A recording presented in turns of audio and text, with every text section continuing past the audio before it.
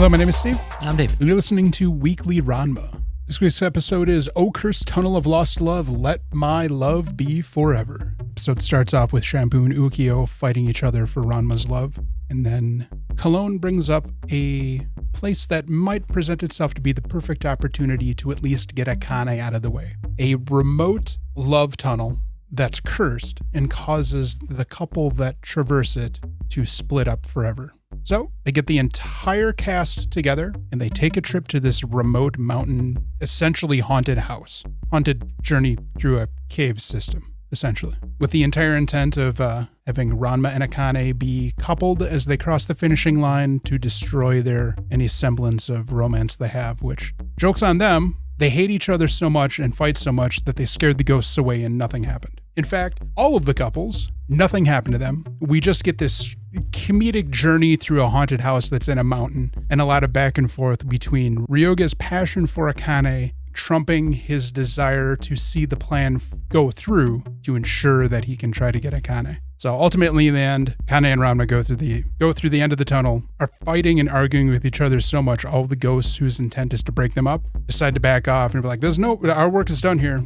These two are already in terrible shape. There's not a lot of substance to it, but it is a fun episode. It was entertaining. It was funny. Oh, yeah, it's funny. Now, I think my favorite moment is when they're essentially at the river Styx. Yeah. And there's the boats that are leaking because, it's the challenge of only one of you can be in it, so you have to sacrifice yourself so that your partner can get across. When Culling beats all of the signs out of Genma and builds a raft out of it. That has always been one of my favorite moments in the OAV series. That was very funny. It's like, no, all of his signs.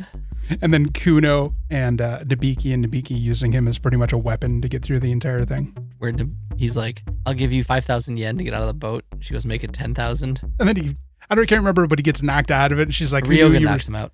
Who knew you were so cheap? Ryoga was doing the whole... running faster than water. Yes. So he doesn't turn into Pichon in front of him. Anyway. Well, it's the whole Looney Tune thing where as long as you don't look down, you'll be fine. I also like the fact that he literally turned into Pichon right in front of her and she's still just like, oh, Pichon, where did Ryoga go? I think it's been shown a couple of times how dense she is. She is just as dense in realizing what's going on with Ryoga and Pichon as Kuno is with realizing what's going on with Ranma and Girl Type. There's a lot of dense motherfuckers in the show. Like we talked about last episode, it sealed your idea of all of these people are just really stupid. Yeah. This one's okay. There's no substance to really talk about it. No, it's surrounded by some really good OAVs. Yeah. So it kind of diminishes its allure. It's still good. It's better than some of the earlier ones. Yeah. But it's funny. At least it's not the Christmas special. I liked all the ghosts.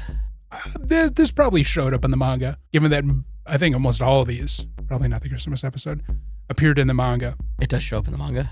I Googled it. It's like, does this really show up in the... Oh, yep. Even if it didn't, it would seem very plausible that this was the writing staff just having fun. Throwing out fun concepts at the wall. But no, it was just Rumiko Takahashi doing that herself. All right.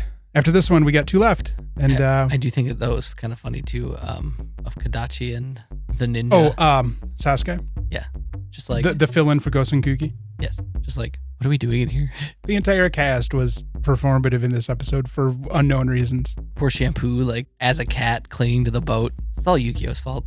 It is all Ukyo's fault. Well, and Shampoo to an extent. Shampoo went along with the plan. Also, team ship Ukyo and Ryoga. Ship. I think that's kind of always lightly implied throughout the story. Ship. It's the unlikely couple that would never even think about it, but probably are actually just good together. Yeah, please, dear God. Let it happen. It's not going to happen. It's not going to happen. No ship happens. The only ship that's likely to have any kind of outcome is the two of them. Guaranteed one between Akane and Ranma. Uh-huh. Obviously, because the final arc of the manga, spoilers, is their wedding. Yeah. Which doesn't finish. And then, if I remember correctly, then the other actually guaranteed ship is going to be Shampoo and Moose. 100%.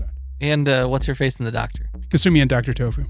All right, well, let us know what you thought of this episode, and can't wait for next week's episode, which is the Oni episode. Probably one of the funnest. It's such a fun episode. And then the following episode, which is the two Akanes one, is probably the most serious of the OAVs. They're both really good, so I can't wait.